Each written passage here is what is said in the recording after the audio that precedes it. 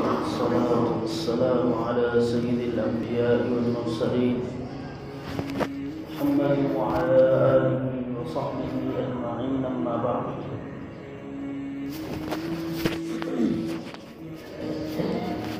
قال الله تبارك وتعالى في كلامه المجيد وفرقانه الحميد: أعوذ بالله من الشيطان الرجيم، بسم الله الرحمن الرحيم.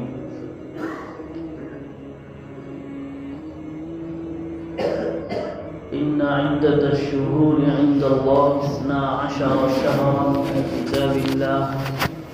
يوم خلق السماوات والأرض منها 4 حرم ذلك الدين القيم فلا تظلموا فيهن أنفسكم صدق الله العظيم.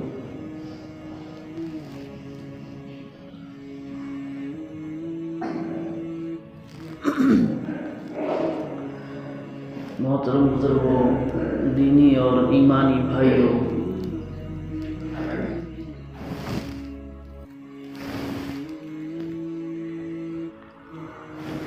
آج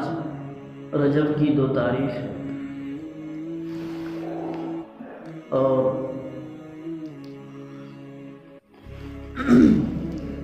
رجب کا جو مہینہ ہے یہ بہت مبارک مہینہ ہے.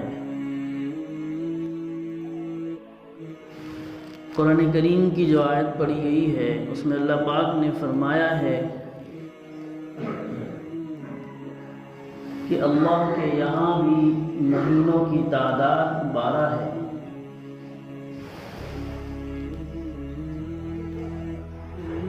اور یہ تعداد جو مقرر کی گئی ہے یہ زمین و آسمان کی پیدائش سے پہلے مقرر کر دی گئی ہے.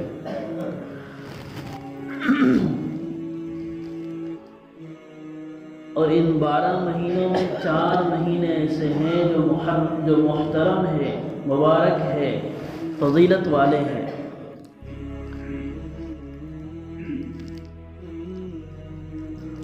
وہ مہینے کون کون سے ہیں؟ ذوالقعدہ، محرم اور رجب. ذوالقعدہ، ذوالحجہ، محرم اور رجب.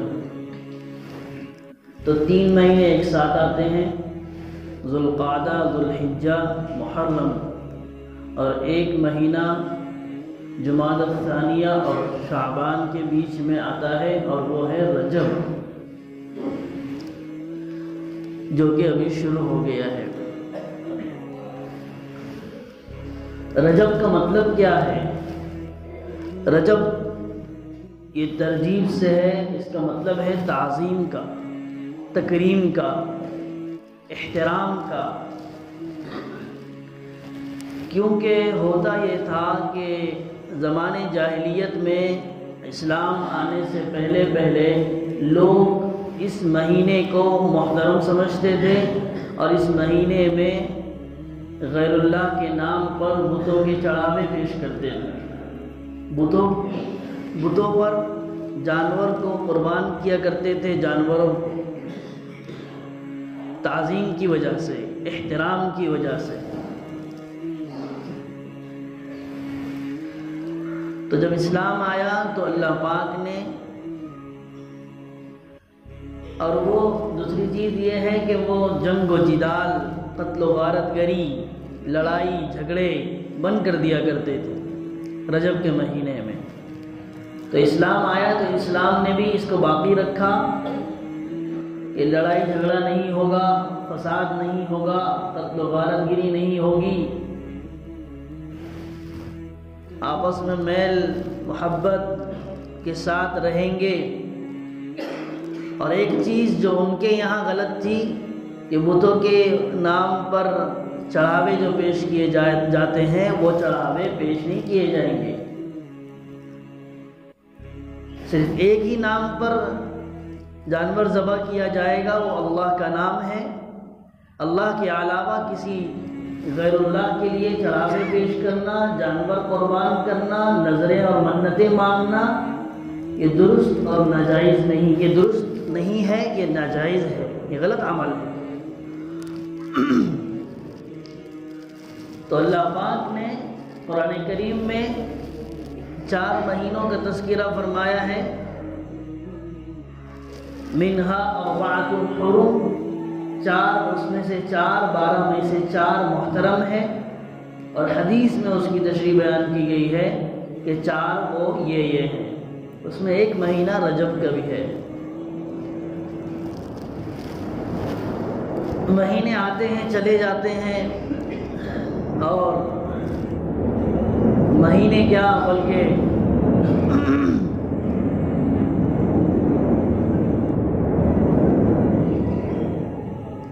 ساری زندگی ہماری یوں ہی گزر رہی ہے، صبح ہو رہی ہے، شام ہو رہی ہے، یوں ہی عمر تمام ہو رہی ہے۔ اور اب رجب کا مہینہ ہے، پھر شعبان ہے، پھر رمضان ہے۔ رمضان ابھی گزرا تھا، ایسا لگ رہا ہے کہ ابھی 2-4 مہینے ہوئے ہیں، لیکن رمضان آ گیا ہے، قریب آ گیا ہے۔ اور رمضان کے تعلق سے بھی رجب میں اللہ کے نبی صلی اللہ علیہ وسلم کی دعا منقول ہے، فرماتے تھے، اللہ کے نبی دعا فرمایا کرتے تھے، اللہم بارک لنا فی رجب و شعبان وبلغنا رمضان، اے اللہ ہمارے رجب اور شعبان کے مہینے میں برکت عطا فرما اور ہمیں رمضان تک پہنچانے کے فیصلے فرما۔ یعنی رمضان جو مہینہ آنے والا ہے وہ بہت مبارک اور محترم مہینہ ہے، اس لیے اللہ ہمیں اس رمضان کی خیر سے، رمضان کی بھلائی سے محروم نہ کرنا۔ اگر ہماری موت کا فیصلہ بھی لکھا جا چکا ہے تو اللہ ہم دعا کرتے ہیں اس کو مؤخر کر دے، اس کو ڈیلے کر دے، رمضان کی عید ہو جائے پھر ہماری روح قبض کر لینا، لیکن رمضان کی خیر سے محروم نہیں کرنا۔ تو اللہ کے نبی صلی اللہ علیہ وسلم رجب میں دعا فرمایا کرتے تھے۔ تو یہ جو مہینہ ہے اور جو اس کے بعد جو مہینہ آنے والا ہے اور پھر اس کے بعد جو رمضان کا مہینہ آنے والا ہے، یہ محترم مبارک مہینے ہیں۔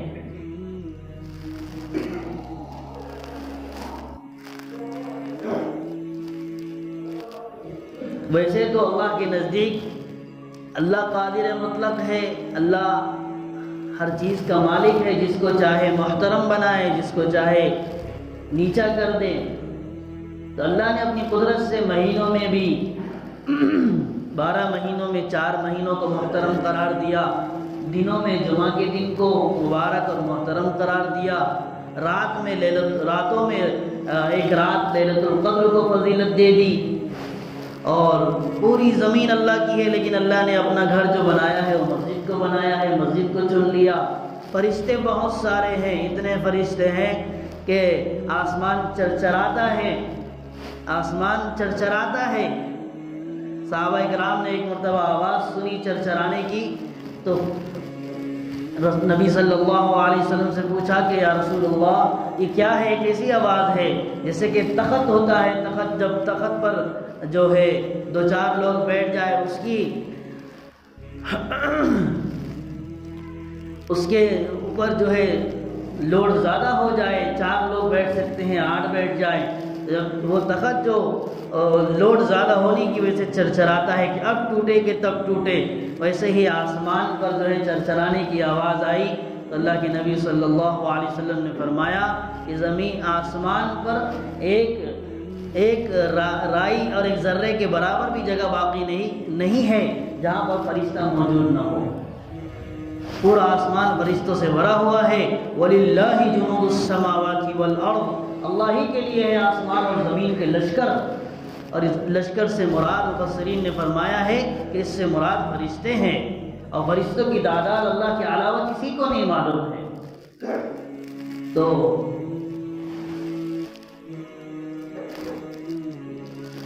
اتنے فرشتے ہیں، اللہ نے اس میں 4 کو منتخب فرما لیا ہے، حضرت جبرائیل علیہ السلام، حضرت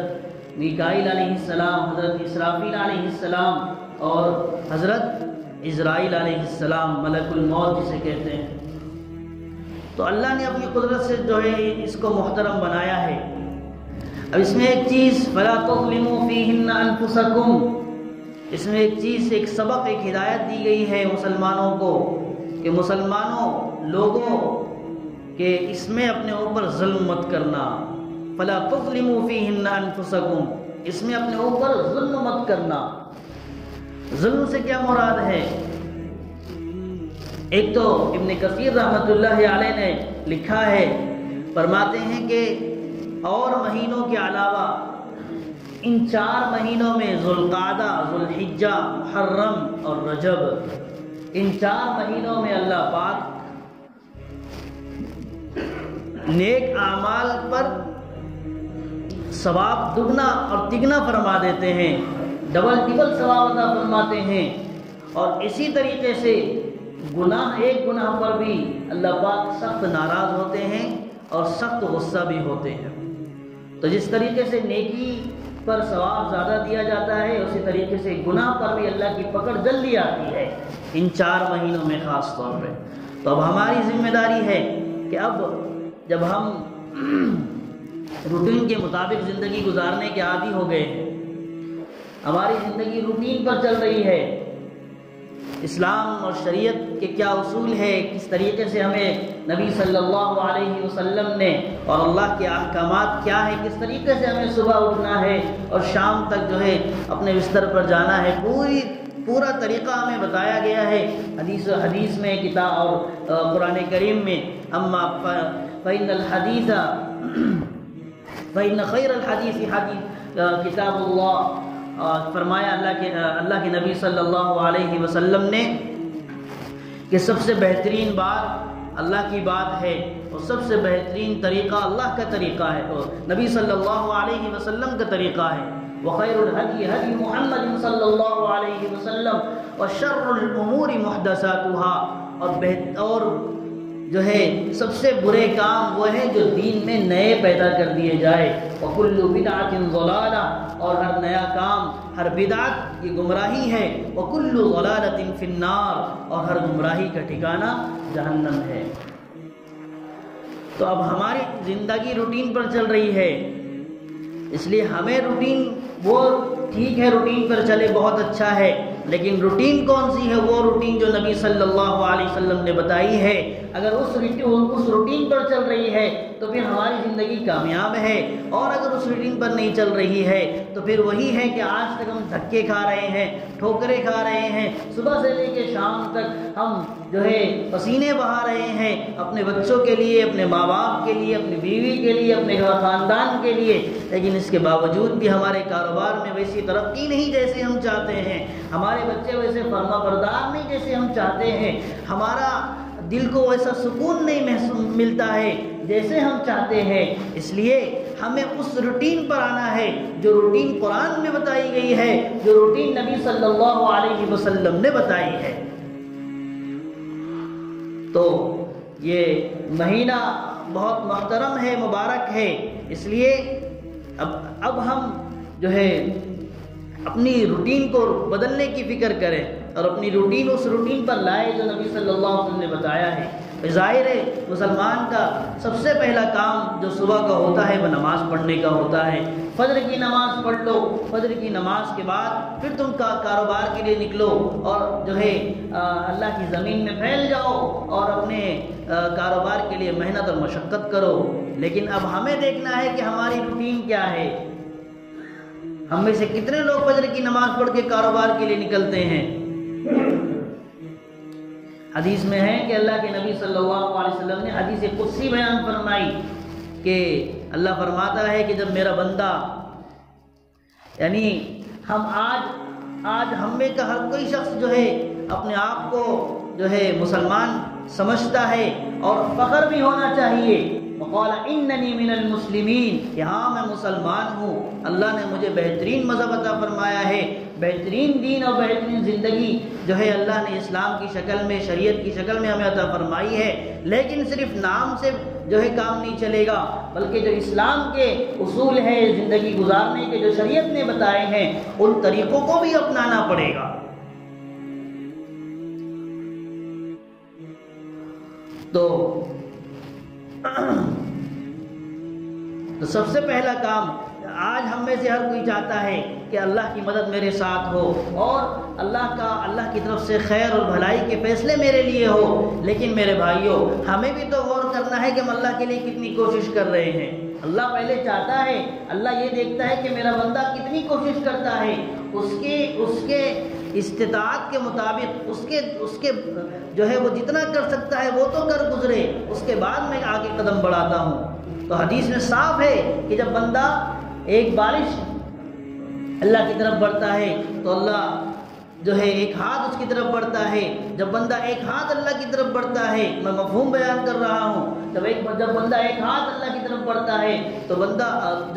جب بندہ ایک ہاتھ اللہ کی طرف بڑھتا ہے تو اللہ پاک دو ہاتھ اس کی طرف بڑھتے ہیں، اور جب بندہ اللہ کی طرف چل کر آتا ہے تو اللہ کی رحمت اس کے پاس دوڑ کر آتی ہے۔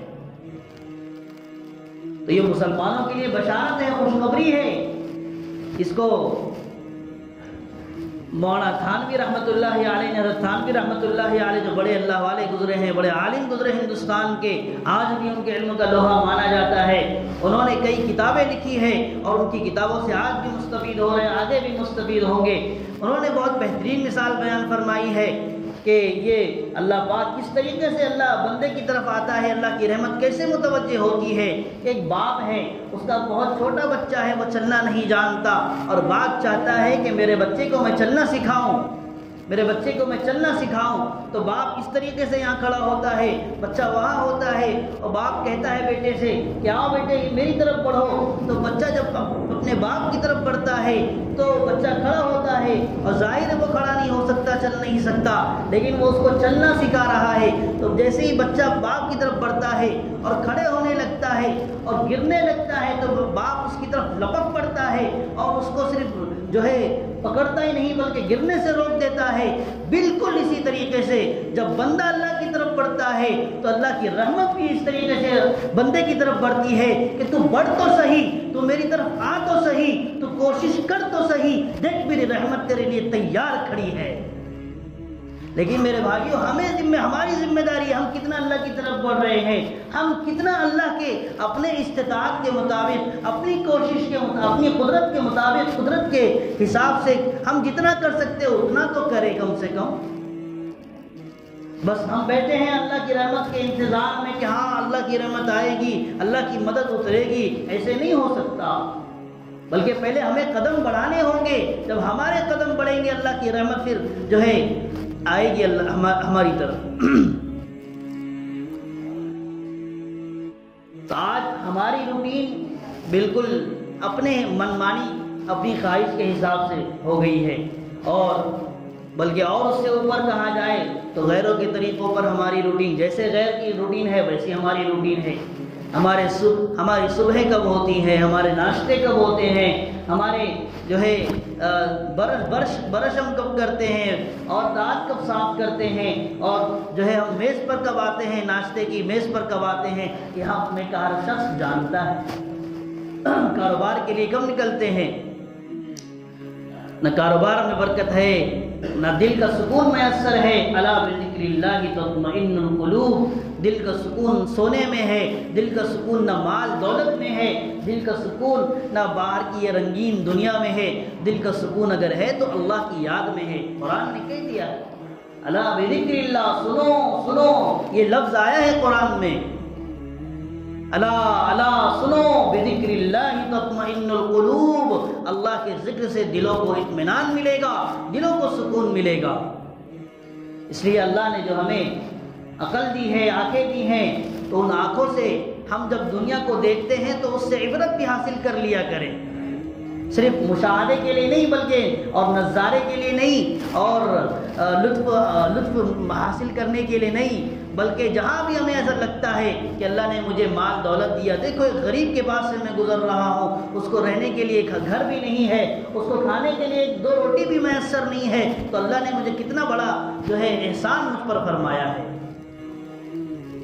ایک لنگڑا لولا گزر رہا ہے، ہم اس کے سامنے سے گزرے، عبرت حاصل کریں۔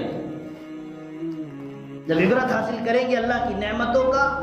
احساس ہمارے دلوں میں پیدا ہوگا کہ ہاں میرے رب نے مجھے بہت ساری نعمتیں عطا فرمائی ہیں، اور میرے رب نے مجھے بہت سارے احسانات جو ہے انعامات کی شکل میں عطا فرمائے ہیں، لہذا اب میں میرے رب کا ناشکرہ نہیں ہو سکتا۔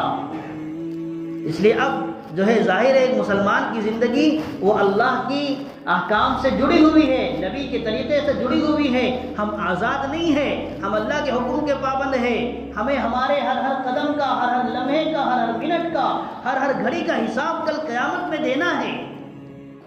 تو یہ احساس جب ہمارے دل میں جاگا رہے گا، بیدار رہے گا، تو پھر نہ کاروبار میں گچا کھائیں گے، نہ کاروبار میں گڑبڑ کریں گے، نہ پھر کسی اور زندگی کے میدان میں گڑبڑ کریں گے، بلکہ ہر وقت اللہ کی یاد، اللہ کا ڈر، اللہ کا خوف، اور اللہ کل قیامت میں اللہ کے سامنے کھڑے ہونے کا ایک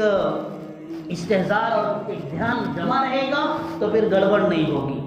لیکن آج ہمارے ذہنوں سے اللہ کا خوف، اللہ کا جو ہے کل قیامت میں کھڑے ہونے کا جو ہے یا پیشی کا جو ہے یہ ذہن اور یہ تصور ہی ختم ہو گیا ہے۔ اس بنیاد پر شیطان جس طریقے سے چاہتا ہے ہم سے کرواتا ہے، نفس جس طریقے سے چاہتا ہے کرواتا ہے، ہم کرتے چلے جاتے ہیں۔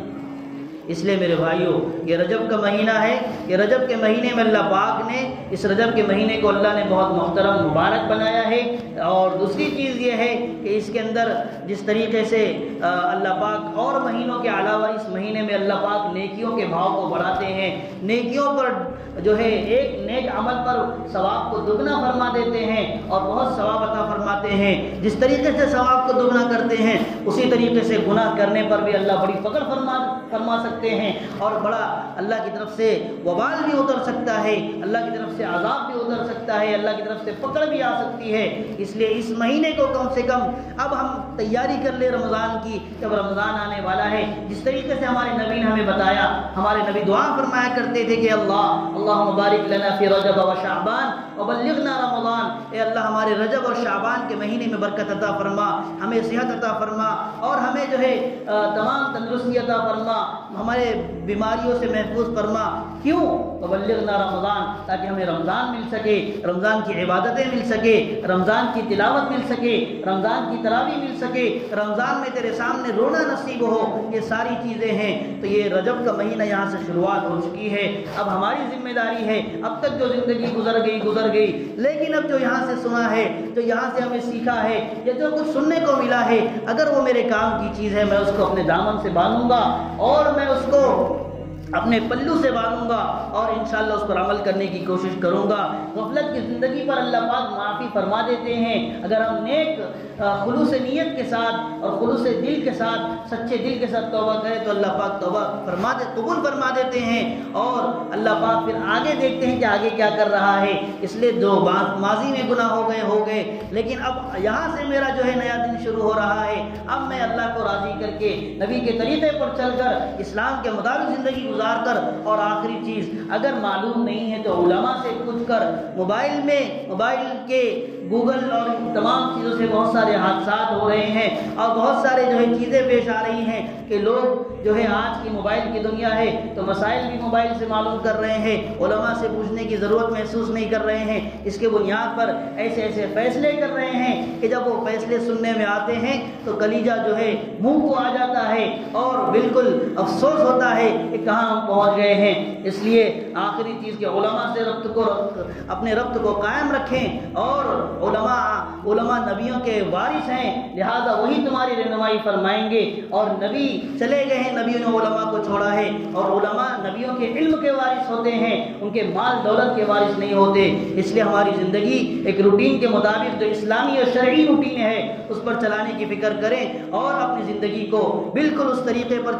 چلانے کی فکر کریں، کوشش کریں جیسے ہمارے نبی نے ہمیں بتایا ہے۔ اور جو ہے یہ رجب کے مہینے کو محترم مبارک سمجھ کر اس میں خوب عبادتوں کا اہتمام کریں، راتوں کو اٹھ کر اور دن میں روزے رکھ کر جو ہے جو سنت جو ایام ہے پیر اور جمعرات کے ایام ہیں ان میں روزے رکھ کر اس طریقے سے قرآن کی تلاوت کر اللہ پاک سے دعا ہے اللہ ہم سب کو ان باتوں پر عمل کی توفیق نصیب فرمائے۔ وآخر دعوانا ان الحمد للہ رب العالمین۔